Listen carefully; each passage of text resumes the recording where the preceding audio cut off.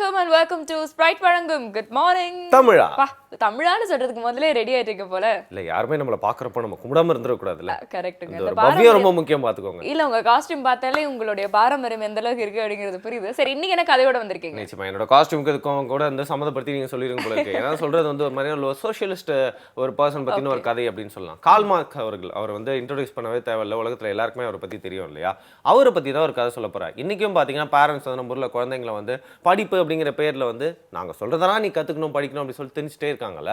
அதுக்கு ஒரு உதாரணமா இருக்காது தான் கார்ல் மார்க்ஸோட கதை அப்படின்னு சொல்லலாம். அவரோட குடும்பத்துல வந்து பாத்தீங்கன்னா நிறைய சிப்ளிங்ஸோட வந்து பிறந்தாராம். ஸோ அதனால அப்பா அம்மா என்ன சொல்றாங்களோ அதை கேட்டு அந்த கட்டாயத்திலே வளர வேண்டிய ஒரு சூழ்நிலை இருந்துச்சு அப்படின்னு சொல்லலாம். கார்ல் மார்க்ஸ்க்கு ஒரு பாயிண்ட் ஆஃப் டைம் இல்லையே படிப்புல ரொம்ப ஆர்வம் அதிகமாகிடுச்சான். அதனால அவங்க அப்பா கிட்ட போய் சொன்னாராம், அப்பா என்னை வந்து நீங்க அடுத்த லெவல் ஆஃப் எஜுகேஷன்ல சேர்க்கிறப்போ வந்து இந்த லிட்ரேச்சர் அதுக்கப்புறம் அந்த ஃபிலாசபி இது ரெண்டுமே எனக்கு ரொம்ப பிடிச்சிருக்கு, இதில் சேர்த்து விட்டிங்கன்னா நான் கண்டிப்பாக படித்து பெரிய ஆளாயிருவேன் சொன்னாங்க. உடனே அவங்க அப்பா, நீ என்ன உனக்கே பிளான் போடுற, நானே எனக்கு பிளான் வச்சுருக்கேன், உனக்கு நீ லா தான் படிக்கணும், லா படித்தாதான் நீ பெரிய ஆள் அப்படின்னு சொல்லிட்டு கம்பல் பண்ணி லாவில் சேர்த்து விட்டாராம். ஆனால் பின்னாளில் வந்து பார்த்தீங்கன்னா கார்ல் மார்க்ஸ் வந்து ஒரு பெரிய லாயராக நம்மளுக்கு தெரியல இல்லையா?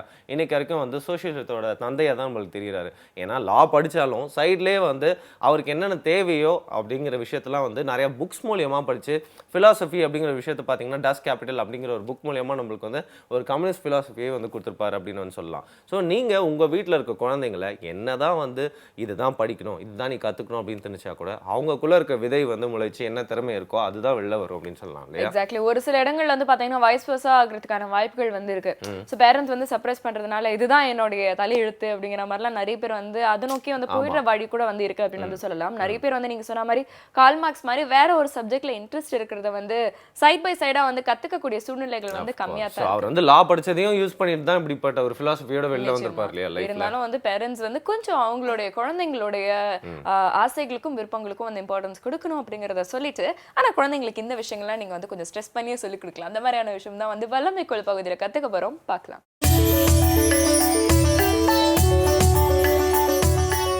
அனைவருக்கும் என் இனிய காலை வணக்கம். நம்ம தினமும் ஒரு யோகா பார்க்குறோம் இல்லையா? நான் ஒவ்வொரு யோகாவை உங்களுக்கு இந்த இடத்துல எக்ஸ்பிளைன் பண்ணும்போது என்ன சொல்கிறேன், இதை நீங்கள் டெய்லி பண்ணணும், இன்றைக்கி இதை பண்ணணும், இன்றைக்கி இதை பண்ணணும்னு சொல்கிறேன். ஏன் சொல்கிறேன்னா ஒவ்வொருத்தருக்கு ஒவ்வொரு விதமாக இருக்கலாம். ஒருத்தர் வந்து வெயிட்டை குறைக்கணும்னு நினைக்கலாம், ஒருத்தர் வந்து டான்ஸிங் நல்லா வரும்ன்றதுனால அவங்களுக்கு டான்ஸ் சம்மந்தப்பட்ட யோகா வேணும்னு கேட்கலாம், ஒரு சில பேருக்கு வீசிங் ட்ரபிள் இருக்கலாம். யார் யாருக்கு என்ன தேவையோ அந்த யோகாவை நீங்கள் எடுத்துகிட்டு அந்த பர்டிகுலர் யோகாவை நீங்கள் டெய்லி செய்யணும். ஏன்னா டெய்லி செய்யும்போது தான் யோகாவில் உங்களுக்கு பெனிஃபிட் கிடைக்கும். அந்த வகையில் நம்ம இன்றைக்கி பார்க்க போகிறது லேடிஸ்க்கு இந்த யோகா வந்து ரொம்ப முக்கியம். இந்த யோகாவை நான் பெனிஃபிட்டை சொன்ன உடனேவே நீங்கள் கண்டிப்பாக டெய்லி வீட்டில் பண்ணுவீங்க. அப்படிப்பட்ட ஒரு பெனிஃபிட் இந்த யோகாவுக்கு. ஜென்ரலாக பார்த்தீங்கன்னா மகாமுத்ராலேருந்து 2 கையும் கட்டிட்டு பேக்கில் நல்லா மேலே தூக்க போகிறோம். இப்போ நீங்கள் பார்க்கலாம் அந்த யோகா எப்படி செய்யறதுன்றது இப்போ நம்ம பார்க்கலாம். 2 கைகளும் பேக்கில் கட்டிட்டு நல்லா தலையை உங்களால் முடிஞ்ச அளவுக்கு தலையை நல்லா ஃப்ரண்ட்டில் பெண்ட் பண்ணணும். இப்போ 2 கைகளை நல்லா மேலே தூக்குங்க. நல்லா உங்களால் முடிஞ்ச அளவுக்கு நல்லா கை ஸ்ட்ரெச் பண்ணணும். இதே போஸ்டரில் இருந்து 20 கவுண்ட் பண்ணணும். அதுக்கப்புறமா பார்த்தீங்கன்னா இந்த யோகா செய்கிறதுனால ஸ்ட்ரெஸ் நல்லா குறையும்.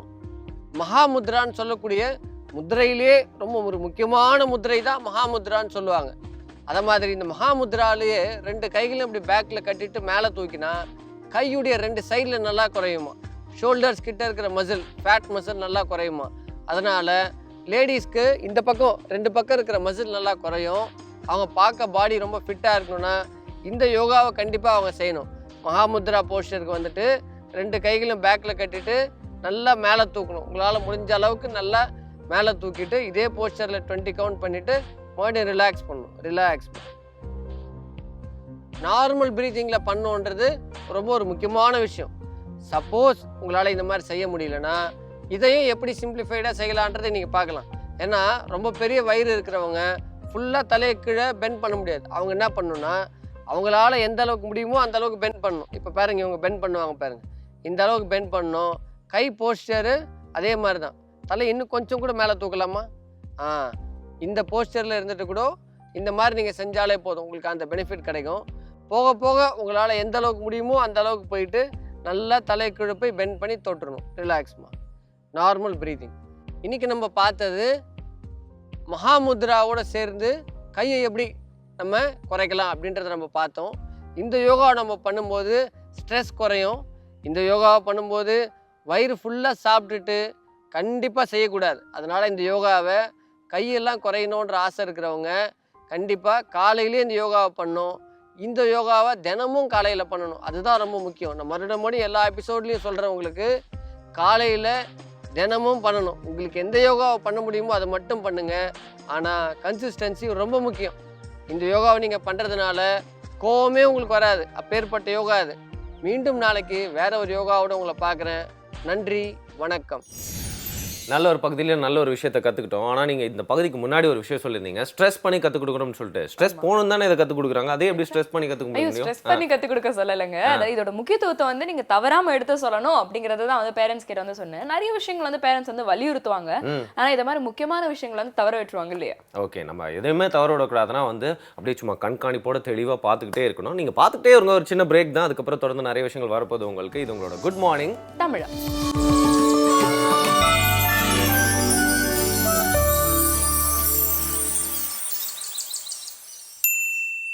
Welcome back. இது உங்கள் ஸ்ப்ரைட் வழங்கும் குட் மார்னிங் தமிழா. அலெக்சாண்டர் தி கிரேட் பத்தி கேள்விப்பட்டிருக்கீங்களா? எப்படி சொல்லிட்டீங்க?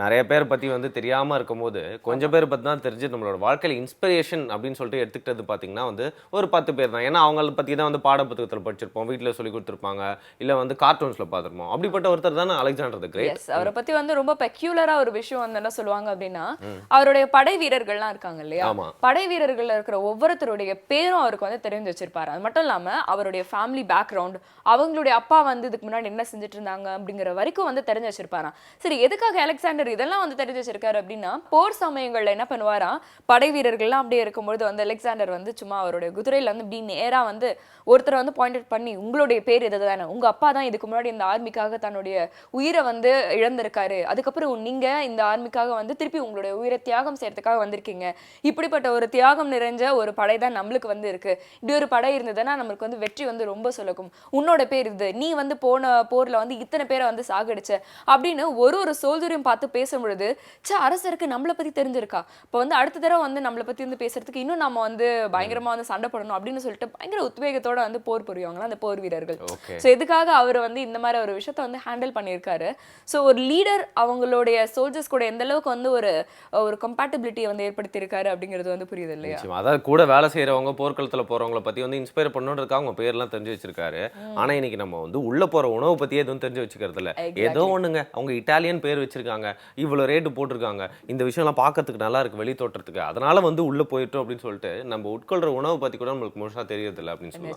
அதுக்காக தான் வந்து ஒவ்வொரு நாளும் வந்து இந்த ஒரு பகுதியில உணவே மருந்து அப்படிங்கிற பகுதியில நிறைய விஷயங்கள் தெரிஞ்சிருக்கோம் இல்லையா? பார்க்கலாம்.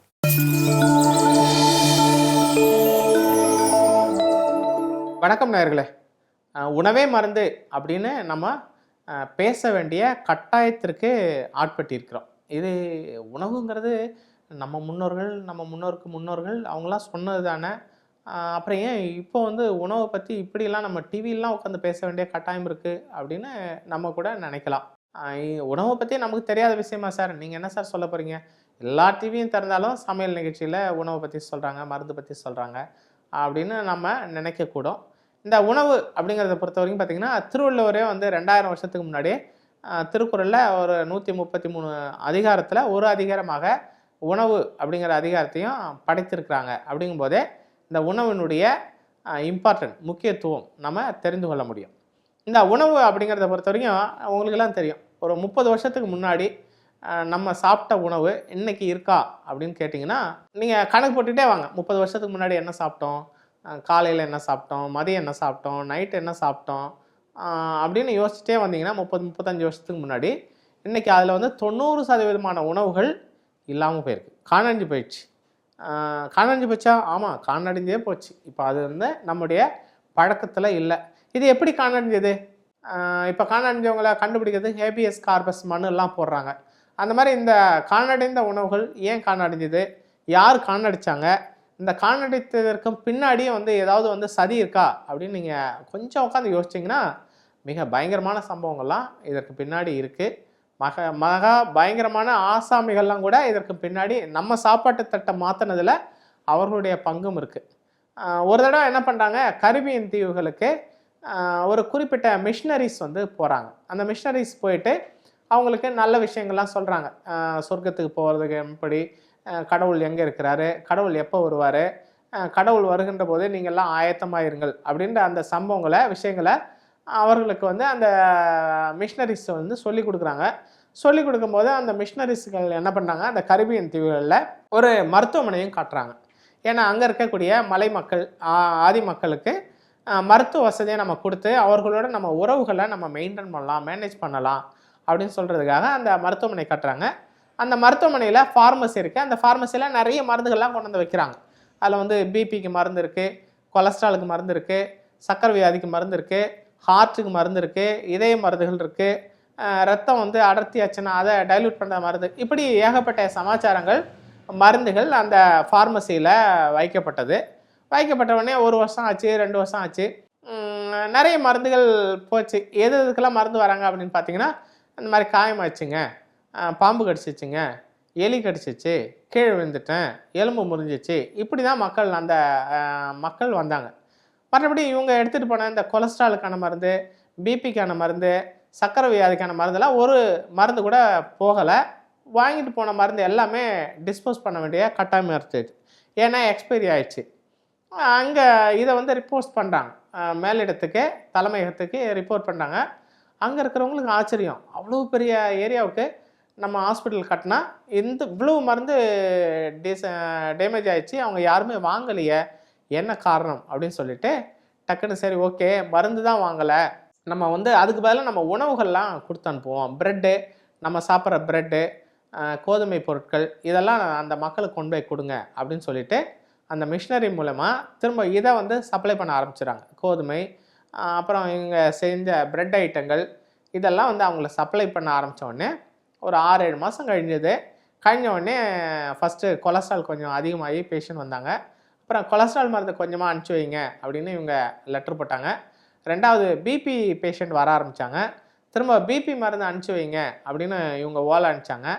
அப்புறம் சக்கரை வியாதி, ஹார்ட்டுக்கான மருந்து, பிளட் தின்னிங் மருந்து, இவ்வளோ மருந்தும் திரும்ப கொஞ்சம் கொஞ்சமாக வர ஆரம்பித்தோடனே அந்த மருந்துகள் சேல்ஸ் இல்லை, சும்மா தான் கொடுத்தாங்க. அப்போது ஏன்னா மிஷினரிகள் மூலமாக டிஸ்ட்ரிபியூட் பண்ணப்பட்டது. அதற்கு பிறகு தான் இந்த மருந்துகள்லாம் அவங்களுக்கு தேவையான ஒரு விஷயமாக ஆச்சு. அப்புறம் டக்குன்னு இந்த மருந்து கம்பெனிகளுக்கு ஒரு ஜர்க்காச்சு.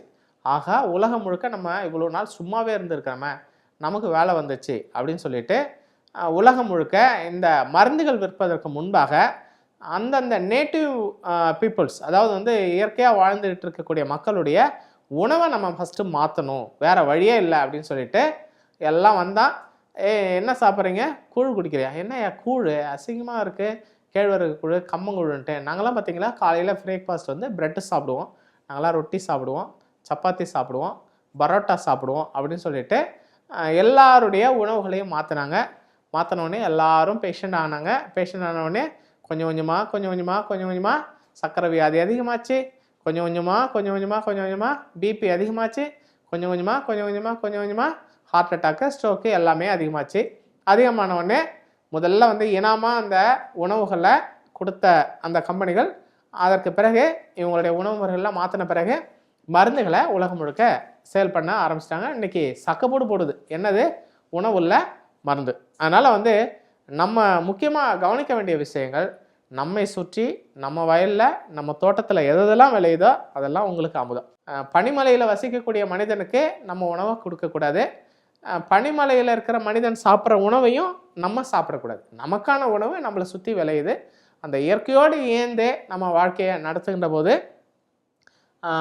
நம்ம ஆரோக்கியமான வாழ்க்கையும் மருந்தில்லாத வாழ்க்கையும் மருந்தில்லாத உலகமும் நம்ம வாழ முடியும் அப்படிங்கிறத நம்ம மனதில் வைத்து கொண்டால் என்றென்னும் நிலைமையோடு நம்ம வாழ முடியும். உணவே மருந்து அப்படிங்கிறதையும் நம்ம மனதில் இருத்த வேண்டும். நன்றி, வணக்கம். குறிப்பாக அந்த பகுதியில் நிறைய நல்ல விஷயங்கள் சொல்லிட்டு போயிருக்காரு. அது மட்டும் இல்லாமல் மிஸ்டேக்ஸை திருத்திக்கூடிய ஒரு பகுதியாக அது இருந்துச்சு அப்படின்னு கூட வந்து சொல்லலாம். அண்ட் நீங்கள் அலெக்சாண்டர் பற்றி சொல்கிறப்போ எனக்கு தமிழக அரசியல்வாதி ஒருத்தர் ஞாபகம் வந்துட்டார். அவரோட ஸ்ட்ராட்டஜி என்ன அப்படின்னு பார்த்தீங்கன்னா, அவர் டெய்லி வந்து பல பேரை மீட் பண்ணுறதுனால அவரோட உதவியாளர் பின்னாடியே இருப்பாராம். யாரெல்லாம் மீட் பண்ணுறாங்க அப்படிங்கிறத வந்து அந்த டைரியில் எழுதி வச்சுப்பாராம். ப்ளஸ் அந்த பர்சன் கூட இந்த தலைவர் என்ன பேசுகிறாரு அப்படிங்கிறதையும் டாக்குமெண்ட் பண்ணி வச்சுப்பாராம் அந்த டேட்டோட. திருப்பியும் அதே பர்சனை ஒரு 10 வருஷம் கழிச்சு சந்திச்சா கூட போன வாட்டி என்ன பேசினாங்களோ அந்த டைரியிலேருந்து எடுத்து பார்த்து, என்னங்க அது நல்லா இருக்கா, இது நல்லா இருக்கா அப்படின்னு கேட்டு பண்ணிட்டு சர்ப்ரைஸ் பண்ணி வருவாராம். அவரும் உடனே தலைவர் பாருங்க எவ்வளவு ஞாபகம் வச்சிருக்காரு அப்படின்னு சொல்லிட்டு அவங்கள பார்த்தா மனமுருகி போயிடுவாராம். இது ஒரு நல்ல ஸ்ட்ராட்டஜி அப்படின்னு சொல்லுவாங்க. அதுக்காக ஒரு முயற்சி எடுக்கிறதே வந்து பாராட்டத்தகுந்த ஒரு விஷயம். ஸ்ட்ராட்டஜி, சூப்பர் ஸ்ட்ராட்டஜிங்க. எக்ஸாக்ட்லி. சோ இந்த மாதிரி நிறைய ஸ்ட்ராட்டஜிஸ்லாம் நம்மளோட நிகழ்ச்சியில இன்னைக்கு நம்ம தெரிஞ்சுக்கலாம். ஒரு சின்ன விளம்பர இடைவேளைக்கு அப்புறமா இது உங்கள் ஸ்ப்ரைட் வழங்கும் குட் மார்னிங் தமிழா.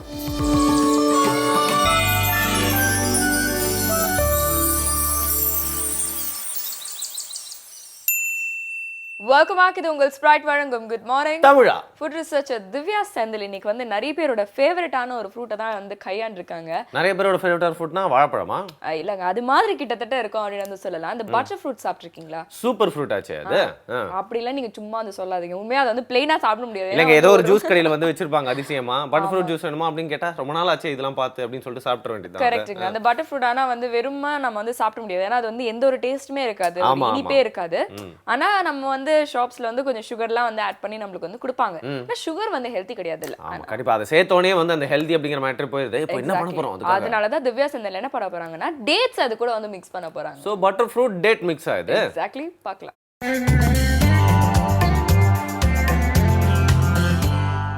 அனைவருக்கும் வணக்கம். நம்மளோட டேஸ்டி டு ஹெல்த்தியில் நம்ம வித்தியாசமான உணவுகள் நிறைய பார்த்துட்ருக்கோம். அதே மாதிரி இன்றைக்கி நம்ம பார்க்க போகிறது வந்து ஒரு டிஃப்ரெண்ட்டான ஒரு வெரைட்டி தான், பட்டர் ஃப்ரூட் டேட் மிக்ஸ். செய்ய தேவையான பொருட்கள் என்னென்னு பார்க்கலாம். Butter fruit, dates, cocoa powder, nuts, honey. இப்போ பொதுவாகவே பார்த்திங்கன்னா நம்ம பட்டர் ஃப்ரூட் வந்து ஸ்மூதி டைப்பில் எடுப்போம், இல்லாட்டி வந்து ஜூஸஸ் இந்த மாதிரி எடுத்துகிட்ருப்போம். இது வந்து குழந்தைங்களுக்கு ரொம்ப பிடிச்சமான ஒரு கொக்கோ பவுடர் டேஸ்ட்டில், ஒரு சாக்லேட் டேஸ்ட்டில் வந்து இந்த மிக்ஸ் நம்ம பண்ண போகிறோம். இது எப்படி பண்ணுறதுன்னு பார்க்கலாம்.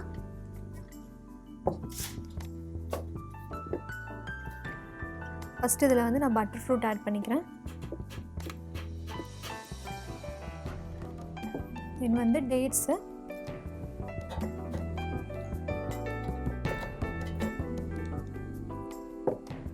கொஞ்சமாக கொக்கோ பவுடர்,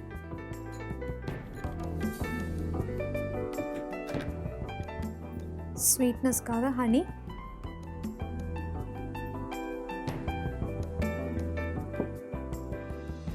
தேவையான அளவு தண்ணி. இதை வந்து நல்லா அரைச்சிக்கலாம்.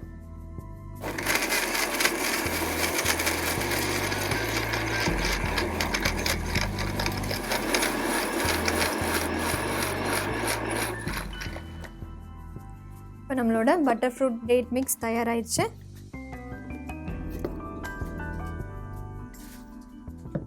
இதை நான் வந்து ட்ரான்ஸ்ஃபர் பண்ணிக்கிறேன்.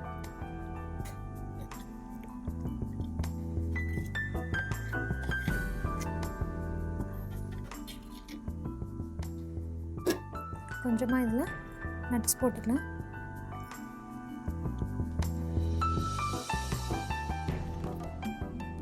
நம்மளோட அவகாடோ டேட்ஸ் மிக்ஸ் இப்போ வந்து தயாராக இருக்குது.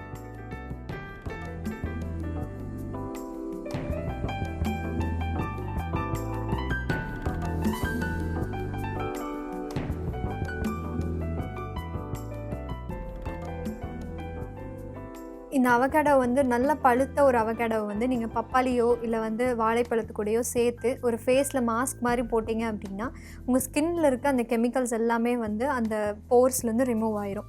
கண்டிப்பாக இந்த மாதிரி வந்து இதில் இருக்க ஹெல்த் பெனிஃபிட்ஸ் வந்து நம்ம கண்டிப்பாக யூஸ் பண்ணணும். ஏன்னா அவ்வளோ ஒரு ஹெல்த்தியான ஒரு ஃப்ரூட் இது. கண்டிப்பாக நீங்களும் இது உங்கள் வீட்டில் ட்ரை பண்ணி பாருங்கள். மீண்டும் நாளை வேறொரு வித்தியாசமான உணவுடன் சந்திக்கிறேன். நன்றி, வணக்கம்.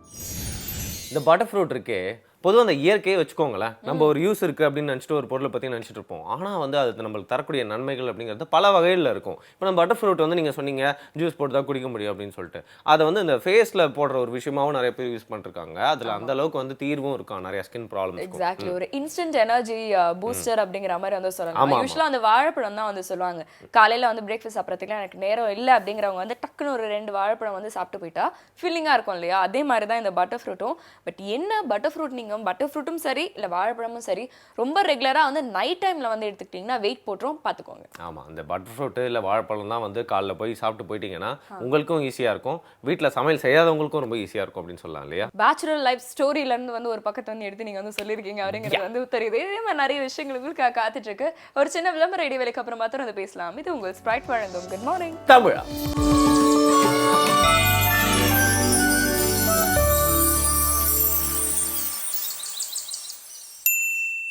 Welcome back. இது உங்கள் ஸ்ப்ரைட் வழங்கும் குட் மார்னிங் தமிழா. போலீஸ் ஸ்டோரி அப்படின்னு நாம 2 பேரும் சேர்ந்து ஒரு புக் எழுதலாம் நினைக்கிறேன். அந்த அளவுக்கு கண்டென்ட் நம்மளுக்கு வந்து ஓய்வு ஜாஸ்தி கதை எந்த அப்படின்னு சொல்லிட்டு சார் வந்துருவாரு. காப்பிரைட்ஸ் வந்துருவாரு. எனிவே ஆனா நிறைய விஷயங்கள் வந்து அவருடைய பர்சனல் எக்ஸ்பீரியன்ஸ்ல இருந்து சொல்லும்போது ஓகே இந்த மாதிரியான ஒரு என்வாயர்மெண்ட்ல நம்ம வந்து வாழ்ந்துட்டு இருக்கோம்னா இவ்வளவு சேஃப்டியா இருக்கும்னா அதுக்கு வந்து காரணங்கள் யாருன்னு நம்மளுக்கு வந்து புலப்படுது இல்லையா? நிச்சயமா. அதாவது 90களில் வந்து பாத்தீங்கன்னா அந்த நியூஸ் பேப்பர் படிக்கிற அந்த பழக்கம் வந்து அப்பதான் ஆரம்பிச்சு நம்ம படிச்சதெல்லாம் நம்மளுக்கு ஞாபகம் இருக்கு அந்த காலகட்டம் இல்லையா, அந்த சைல்ட்ஹுட்ல.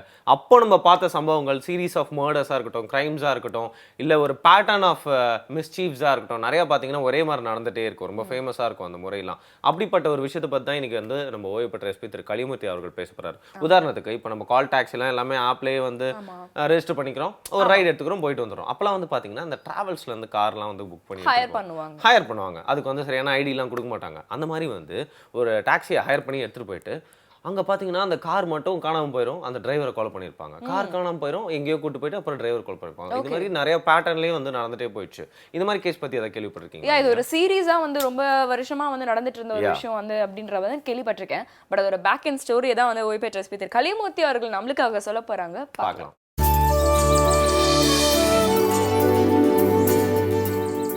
வணக்கம். இன்று தமிழகத்தில் நடந்த டாக்ஸி டிரைவர்களினுடைய தொடர் கொலை வழக்கு பற்றி நாம் விவாதிக்க இருக்கின்றோம்.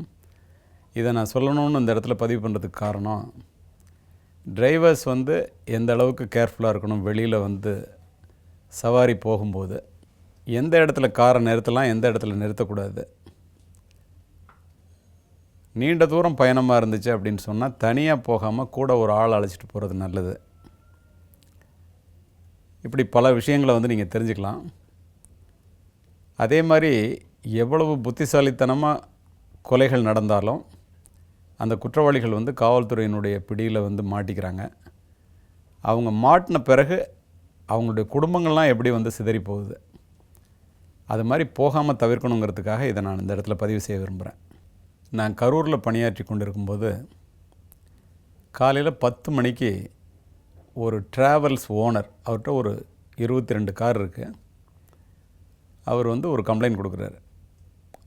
அந்த பிராதில் அவர் என்ன எழுதியிருந்தார்னா, சார் நேற்று வந்து என்னுடைய இந்த நம்பர் உள்ள காரை எடுத்துக்கிட்டு தஞ்சாவூர் போயிட்டு நைட்டு வந்துடுறேன்னு நேற்று காலையில் என்னுடைய ராஜாராம் அப்படிங்கிற ஒரு டிரைவர் கார் எடுத்துகிட்டு போனார்.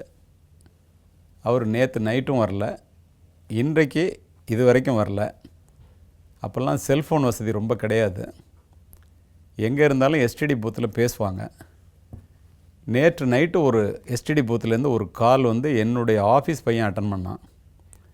அந்த காலில் பேசின ஒரு நபர், எனக்கு வேலை இருக்குது, நான் இன்றைக்கு நைட்டு வரல, என்னை தேட வேண்டாம் அப்படின்னு சொல்லிவிட்டு ஃபோனை டக்குன்னு க்ளோஸ் பண்ணிட்டாரு அப்படின்னு இந்த பையன் சொன்னான். சொல்லும்போதே அவன் சொல்கிறான், அந்த குரல் வந்து நம்ம ராஜாராம் குரல் மாதிரி இல்லைங்கய்யா அப்படின்னு அவன் சொல்கிறான். ஏன்னா அவனுக்கு நல்லா தெரியும், 2 பேரும் 10 வருஷமாக ஒன்றா வேலை பார்க்குறாங்க அப்படின்னு சொன்னோன்னே சந்தேகமாக இருக்குது சார். அவங்க குடும்பத்தில் உள்ளவங்களாம் என்னாச்சு, எங்கள் வீட்டுக்கார் வரலேன்னு கேட்குறாங்க, அவங்களுடைய அப்பா அம்மாலாம் புள்ள வரலேன்னு கேட்குறாங்க. எதுக்கும் வந்து ஒரு மேன் மிஸ்ஸிங் கேஸ் ரெஜிஸ்டர் பண்ணி வச்சிடலாமேன்னு கம்ப்ளைண்ட் கொடுக்கறதுக்காக என்கிட்ட அட்வைஸ் பண்ணாங்க சார், அதுக்காக வந்தேன்னார். கொஞ்சம் வெயிட் பண்ணி பார்த்தா என்ன அப்படின்னு நினச்சேன் நான். ஆனால் ஒரு ஃபோன் வந்துச்சு அப்படின்னு சொல்லும்போது அது ரொம்ப யோசனையாக இருந்துச்சு. சரின்னு சொல்லிவிட்டு ஒரு மேன் மிஸ்ஸிங் கேஸ் ரெஜிஸ்டர் பண்ண சொல்லி ஒரு சப் இன்ஸ்பெக்டர்கிட்ட சொல்லிவிட்டு அந்த கால் ஐடென்டிஃபை பண்ண முடியுமான்னு நான் அவர்கிட்ட கேட்டேன். பட்டுன்னு சொன்னார், சார் என்கிட்ட காலர் ஐடி இருந்துச்சு சார், நான் அந்த நம்பரை பார்த்தேன், அது ஒரு எஸ்டிடி பூத்து, அது வந்து வல்லத்துலேருந்து பேசியிருக்காங்க சார் அப்படின்னு சொன்னார். தஞ்சாவூர் மாவட்டத்துக்கு போகிற வழியில் வல்லம்னு திருச்சியிலேருந்து போகும்போது ஒரு ஊர் இருக்குது, அந்த ஊர்லேருந்து வந்த கால்னோடனே எஸ்ஐ அந்த எஸ்டிடி பூத்தில் போய் யார் பேசினா எப்படி இருந்தான் அவன்னு சொல்லி கேளுங்கன்னு சொன்னோன்னே இவர் இந்த மேன் மிஸ்ஸிங் கேஸ் ரெஜிஸ்டர் பண்ணும்போதே அந்த நபரினுடைய ஃபோட்டோ, அவர் என்ன ட்ரெஸ் போட்டிருந்தாருங்கிறதெல்லாம் குறித்து வச்சுட்டு அந்த ஃபோட்டோலாம் எடுத்திருந்தார். இதை கொண்டு போய் காமிச்சு எஸ்டிடி பூத்தில் பேசினவன் இவன் தானான்னு சொல்லி அங்கே இருக்கிறவங்களால ஐடென்டிஃபை பண்ண முடியுதா அப்படின்னு மட்டும் கேளுங்கன்னு சொல்லிவிட்டு அனுப்பிச்சி விட்ருந்தேன். மற்ற வேலைகளை நாங்கள் பார்க்க ஆரம்பிச்சிட்டோம். அவர் நைட்டு ஒரு 8 மணிக்கு என்கிட்ட ஃபோனில் கூப்பிட்றாரு, வல்லம் காவல் நிலையத்துலேருந்து. என்னன்னு கேட்டால், அந்த எஸ்டிடி பூத்தில் போய் இந்த ஃபோட்டோவை காமிச்சு வல்லத்தில் நான் கேட்டேன் சார், இந்த நபர் வரல, ஒரு கார் வந்து நின்றுச்சு, அந்த கார்லேருந்து ஒருத்தன் வேகமாக ஓடியாந்து ஒரு கால் பண்ணணுன்னா பண்ணுங்கன்னு சொன்னேன். அவன் வந்து இங்கேருந்து ஒரு கால் பண்ணான், 10 ரூபா தான் அதுக்கு சார்ஜு, அவன் 20 ரூபா நோட்டை கொடுத்துட்டு திரும்பி வந்து அந்த பாக்கி பேலன்ஸை கூட வாங்க வேண்டாமா, வாங்காமல் வச்சுக்க அப்படின்னு கையை காமிச்சிட்டு ஓட்டான் சார். கார் போயிடுச்சு. நான் பார்த்தேன் சார், நான் தான் இருந்தேன் அன்றைக்கி அப்படின்னு அவன் சொல்கிறான் சார். சரி அப்படின்னு சொல்லிவிட்டு நான் வந்து இது ஏதோ சந்தேகமாக இருக்கேன்னு சொல்லிவிட்டு உங்களுக்கு நான் ஃபோன் பண்ணி வந்த நபர் இவன் இல்லைன்னு சொல்கிறதுக்காக வல்லம் போலீஸ் ஸ்டேஷன் போனேன். அங்கே ஒரே பரபரப்பாக இருந்தாங்க. என்னன்னு கேட்டேன் நான்.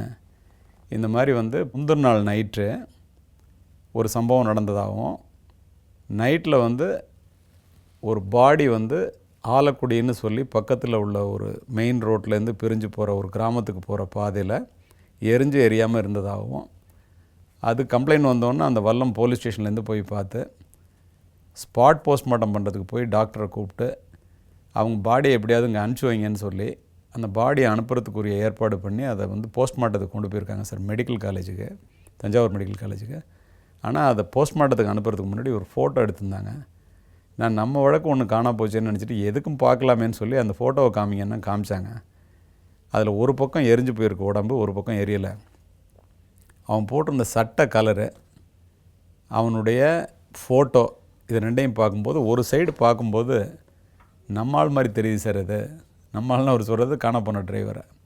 அவங்க குடும்பத்தை அழைச்சிட்டு வந்தால் ஐயா இதை வந்து விசாரித்தா நமக்கு நல்லாயிருக்கும்னு நினைக்கிறேன் அப்படின்னு சொல்லி ரொம்ப அனுபவம் உள்ள ஹெட் கான்ஸ்டபிள் அவர் சொன்னார்.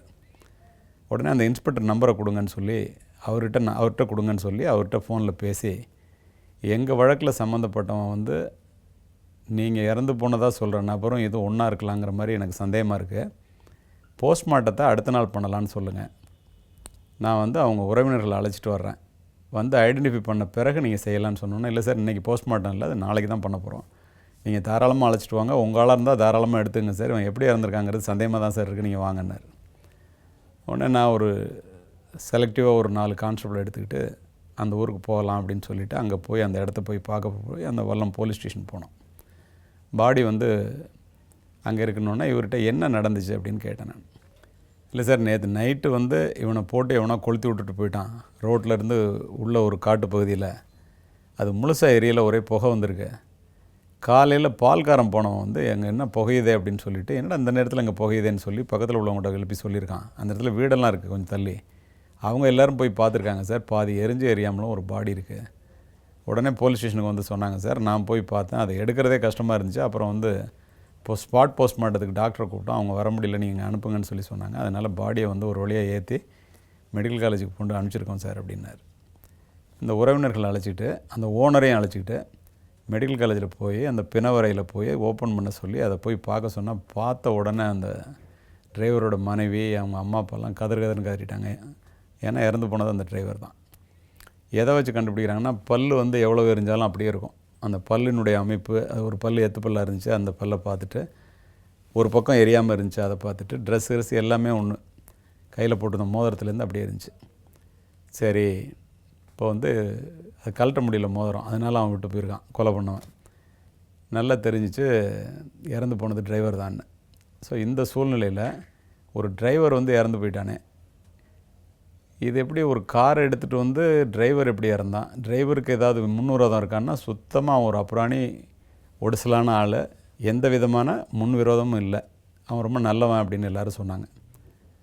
உடனே இது கொலையாயிட்டதுனால இதை ஃபர்தராக விசாரிக்கணும்னு சொல்லி முடிவு பண்ணிவிட்டு அங்கேயே தங்கணும்.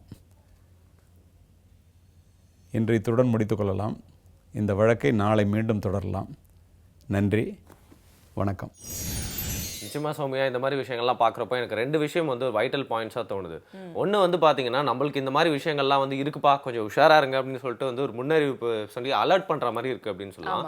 இன்னொன்று, நம்ம ஊரில் வந்து ஒரு ஸ்டிக்மா இருக்குல்ல, காவல்துறையினாலே இப்படி தான், அவங்க மேலே இந்த மாதிரி விஷயங்கள்லாம் செய்வாங்க, அவங்கெல்லாம் வந்து இந்த மாதிரி தவறுகள்லாம் செய்வாங்க, நம்ம ஊரில் கரப்ஷன் ரொம்ப அதிகமாகிடுச்சு அப்படிங்கிற மாதிரி ஒரு தவறான பார்வையில் இருந்து கொஞ்சம் நம்மளை திசை திருப்பி உண்மையான நிலையை வந்து சொல்கிற மாதிரி, அதாவது இன்னும் கொஞ்சம் நிறைய காவல் அதிகாரிகள் இருக்காங்க, அவங்க வந்து இது மாதிரி உழைக்கிறாங்க, இந்த மாதிரி நிறைய கேஸை சால்வ் பண்ணுறாங்க, அவங்களாம் இந்த மாதிரி பண்றதுனால தான் நம்ம கம்யூனிட்டி ரொம்ப வந்து சேஃபா இருக்கு லிவ் பண்றதுக்கு அப்படிங்க. இன்ஃபேக்ட் வந்து காவல்துறை மட்டும் இல்லாம வந்து பாத்தீங்கன்னா பொதுமக்கள் நிறைய பேரோட லைஃப் இன்சிடென்ட்ஸ் வந்து திரு கலிமூர்த்தி அவர்கள் சொல்லும் பொழுது அவங்களுடைய அதர் பாயிண்ட் ஆஃப் வியூ, உதாரணத்துக்கு வந்து ஒரு திருடனுடைய வாழ்க்கையை பத்தி வந்து சொல்லியிருந்தார்.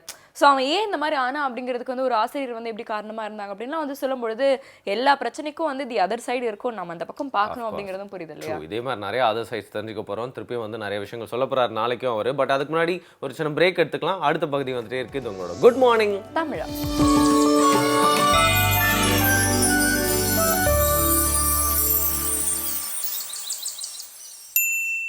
Welcome back. இது உங்கள் ஸ்ப்ரைட் வழங்கும் குட் மார்னிங் தமிழா. செய்தி துளிகள். இன்னைக்கு நாம கொஞ்சம் ஹாட் நியூஸ் சொல்லலாம்னு பார்த்தா வந்து எக்கச்சக்கமான ஹாட் நியூஸ் வந்து இன்னைக்கு உலகத்தையே வந்து ஆட்கொண்டிருக்கு இல்லையா இந்த வீக் மட்டுமே. நிறைய ஹாட் நியூஸ் வந்து கொஞ்சம் அந்த ஹீட் குறைஞ்சிருக்கா மாதிரி தெரியலாம், பட் எல்லாருக்குமே முக்கியமான நியூஸும் எடுத்துட்டு வந்திருக்கேன் நான்.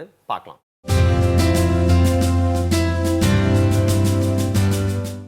செய்தி துறைகள்ல வந்து ஹாட் நியூஸ் கேள்விப்பட்டிருக்கோங்க. அது என்ன கொஞ்சம் சூடு கம்மியான ஹாட் நியூஸ்னு சொல்றீங்க? பொதுவாக பார்த்தீங்கன்னா ஒரு ட்ரெண்டிங்காக ஒரு விஷயம் வந்துச்சுன்னா அதை பற்றி நிறைய நியூஸ்லாம் வந்து அதிலே பார்த்தீங்கன்னா தேவையில்லாத நியூஸ்லாம் நம்ம மைண்டுக்குள்ளே போயிட்டு ரொம்ப இம்பார்ட்டன்ட் நியூஸ்லாம் நம்ம வந்து மறந்துடுவோம். அப்படி வந்து நிறைய பேர் தெரிஞ்சுக்க வேண்டிய ஒரு விஷயத்தை பற்றி தான் நான் வந்து சொல்ல போகிறேன். நம்ம வந்து என்னதான் நம்ம கிட்ட பவர் இருந்தாலும் டெமோக்ரஸி அப்படின்னு சொன்னால் கூட நம்ம தேர்ந்தெடுக்கிற நபர் எந்த மாதிரியான ஒருத்தராக இருக்கிறாரு அப்படிங்கிறத அவர் தேர்ந்தெடுத்துட்டு பிறகு அவரோட செயல்களை பார்த்து நம்மளோட பவரை கரெக்டாக யூஸ் பண்ணியிருக்கோமா தப்பாக யூஸ் பண்ணுறேன்னு சொல்லிட்டு ஒரு சிட்டிசனாக நம்ம யோசிச்சு பார்ப்போம் அப்படின்னு வந்து சொல்லலாம். இப்போ ஹில்லாரி வந்து சின்ன மார்ஜினில் தோத்துட்டாங்க, ட்ரம்ப் ஜெயிச்சிட்டாரு அப்படிங்கிறத பற்றி டெய்லி நம்ம கேட்டுகிட்டே இருக்கோம். ஒரு 2 வருஷமாவே அமெரிக்காவில் பத்தாப்பா பேசிட்டு இருக்காங்க.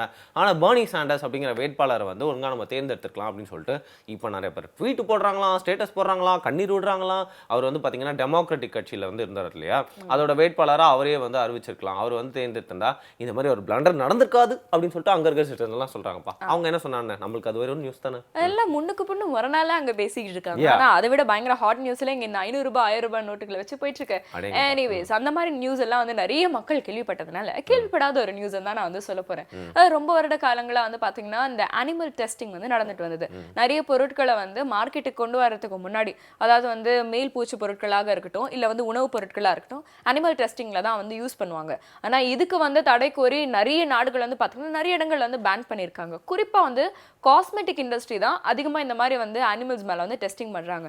ஸோ இதுல வந்து முயல்கள் மேல தான் வந்து காஸ்மெட்டிக் பொருட்களை வந்து அதிகமா வந்து டெஸ்டிங் பண்றாங்க. அப்படிங்கிறதுனால நிறைய நாட்டுல வந்து இதுக்கு வந்து தடை இருக்கு. நம்மளுடைய இந்திய நாட்டிலையும் வந்து இப்போ இதுக்காக வந்து தடை வந்து கொண்டு வந்திருக்காங்க. ரொம்ப வருஷமாவே நிறைய பேர், நிறைய சோஷியல் ஆக்டிவிஸ்ட்லாம் வந்து இதுக்காக வந்து குரல் கொடுத்துட்டு இருந்தாலும் அது வந்து பாத்தீங்கன்னா கொஞ்சம் அப்படியே டேபிள் மேலேயே வந்து இருந்துட்டே வந்தது. பட் இப்போ இதுக்கு வந்து தடை கொடுத்துருக்காங்க. அதனால இனிமேல் எந்த முயல் மேலேயும் காஸ்மெட்டிக் பொருட்களை வந்து டெஸ்ட் பண்ணக்கூடாது அப்படின்னு ஸ்ட்ரிக்டா சொல்லியிருக்காங்க. ஓகே, நீங்களும் ஒரு சமூக சேவைக்கே ஆயிட்டீங்க, முயலை காப்பாத்திட்டீங்க. பட் எனிவே இன்னைக்கு வந்து பாத்தீங்கன்னா நீங்க வாழ்க்கையில யாரை மிஸ் பண்றீங்க அப்படின்னு கேட்டா யாரை சொல்வீங்க நீங்க? நிறைய பேர் இருக்காங்க. லிஸ்ட் இவ்வளவு பெருசு இருக்கே வரும். உங்க பர்சனல் பக்க டைரிலாம் திறக்க வரும்ல, பட் நம்ம லைஃப்ல யாரா நம்ம மிஸ் பண்ணிட்டே தான் இருப்போம்ல. இப்போ அதே மாதிரி தான் வந்து பாத்தீங்கன்னா நான் ரொம்ப மிஸ் பண்ண போறவர் ஒரு தலைவர் தான்ப்பா, நம்ம பராக் ஒபாமா தான். அவர் வந்து பாத்தீங்கன்னா ஜனவரி 30th வந்து ஆஃபீஸ் விட்டு வெளில போயிடுவார். அதுக்கப்புறம் முன்னாள் அதிபராக அவர் வந்து நம்ம மென்ஷன் பண்ணிட்டே இருப்போம். ஆனால் அவர் மாதிரி ஒரு ஸ்வீட் கேரக்டர் வந்து பார்க்கவே முடியாது. அவர் வந்து உலகத்தில் இருக்க எல்லாருக்குமே ரொம்ப பிடிச்சதுனால தான் அவ்வளோ பெரிய பர்சனாலிட்டியே இன்னைக்கு வரைக்கும் அவரை பற்றி வந்து பேசிட்டு இருக்கோம். அது மட்டும் இல்லாமல் நெக்ஸ்ட் எலெக்ஷனை பற்றி இப்போ வந்து பேச ஆரம்பிச்சிட்டாங்களாம் யூஎஸ்ல. அதாவது மிஷல் ஒபாமா இருக்காங்கல்ல, அந்த ஃபர்ஸ்ட் லேடி ஆஃப் யூஎஸ், அவங்க வந்து நெக்ஸ்ட் எலெக்ஷனில் நின்று அப்படியா ஜெயிக்கணும் அப்படின்னு சொல்லிட்டு இப்போவே அவங்களுக்கு வந்து பார்த்தீங்கன்னா பல பேஜஸ் திறந்துட்டாங்களாம், ஃபேன் ஃபாலோயிங் வந்துருச்சான். அது ரொம்ப தொலைநோக்கு பார்வையோட தான் வந்து நிறைய பேரை பற்றி பேச ஆரம்பிச்சிருக்காங்க இல்லையா? கரெக்ட்டுங்க. ரொம்ப அட்வான்ஸாக போகிறாங்கன்னு சொல்லுவாங்க. இந்த அளவுக்கு அட்வான்ஸ் எல்லாம் நம்ம எதிர்பார்க்காத விஷயம் தான். பட் அட்வான்ஸ்மெண்ட் அப்படிங்கிறது வந்து இன்னைக்கு வந்து எக்கச்சக்கமான எல்லைகளை வந்து தொட்டுட்டு இருக்கு. அந்த வகையில இப்போ பாத்தீங்கன்னா வந்து 2 புது பிளானட்ஸ் வந்து கண்டுபிடிச்சிருக்காங்களா. வரும் இருக்கிற பிளானட்ஸ்க்கே இடம் பத்தல, இதுல எங்க 2 புதுசு அப்படின்னு வந்து பாத்தீங்கன்னா எங்க கண்டுபிடிச்சிருக்காங்கன்னு வந்து தெரியல. எனிவேஸ் அந்த 2 பிளானட்ஸும் எர்த் அண்ட் நெப்டியூனுக்கு வந்து ஒத்த ஒரு சைஸ்ல தான் வந்து இருக்கான். ஸோ சேம் சைஸ்ல இருக்கறனால super earth and super Neptune அப்படின்னு வந்து பேர் வச்சிருக்காங்க. அந்த ரெண்டு பிளானட்ஸ்க்குமே வந்து பாத்தீங்கன்னா வந்து ஸ்டார்ஸ் இருக்கான். நம்மளுடைய கோள்களுக்கு இருக்கிற நிறைய விஷயங்கள், நிறைய அம்சங்கள் வந்து பொருந்தி போயிருக்கிறதுனால ஒருவேளை சோலார் சிஸ்டம்ல வந்து இன்க்ளூட் பண்ணலாம், அது ஒரு பிளானட்டா வந்து கன்சிடர் பண்ணலாம். 9ஆ இருக்கிறது வந்து 8ஆ மாறிச்சு, திருப்பி 9ஆ மாறிச்சு, இப்போ வந்து 11ஆ வந்து மாறலாம் அப்படின்னு நிறைய விஷயங்கள் சொன்னாலும் இன்னும் அஃபிஷியலா வந்து அதை பத்தின நியூஸ் வந்து வெளியில வரலையா. ஆஸ் இஃப் நவ் 2 பிளானட்ஸ் வந்து கண்டுபிடிச்சிருக்காங்க. எனக்கு ரகுவரன் சொல்றது தாங்க ஞாபகம் வருது. என்னதுங்க? நீங்களே வைப்பீங்களாம் அப்புறம் நீங்களே எடுப்பீங்களாம் அப்படிதான் இருக்கு. இப்பதான் வந்து ப்ளூட்டோ அப்படிங்கிற பிளானட்டே இல்லை அப்படின்னு சொல்றாங்க. பட் சயின்ஸ் அப்படிங்கிறது தினம் வந்து ஒரு விஷயம் கண்டுபிடிச்சிட்டு இருக்கிறதோ, தினம் வந்து ஒரு விஷயம் மறக்கிறதோ தானே. அண்ட் நான் ஒரு ஸ்டேட்டஸ் படிச்சேன், அதை வந்து உங்ககிட்ட எனக்கு ஷேர் பண்ணிக்கிறேன். இன்டர்நெட் அலசிட்டு இருக்கும்போது வந்து இருக்கிறதுலே ரொம்ப மோசமான விஷயம், ஒரு என்ஆர்ஐ அமெரிக்காவில் நிறைய சொத்து வச்சுக்கிட்டு டெல்லியில் வாழ்ந்துக்கிட்டு வீட்டை விட்டு வெளில வர முடியாதது தான் அப்படின்னு சொல்லிட்டு, அந்த அளவுக்கு பார்த்தீங்கன்னா டெல்லி வந்து மோஸ்ட் பொல்யூட்டட் சிட்டி இந்த வேர்ல்டு அப்படிங்கிற பேரை தொடர்ந்து வாங்கிட்டே இருக்கிறத நம்மளால வந்து பார்க்க முடியுது.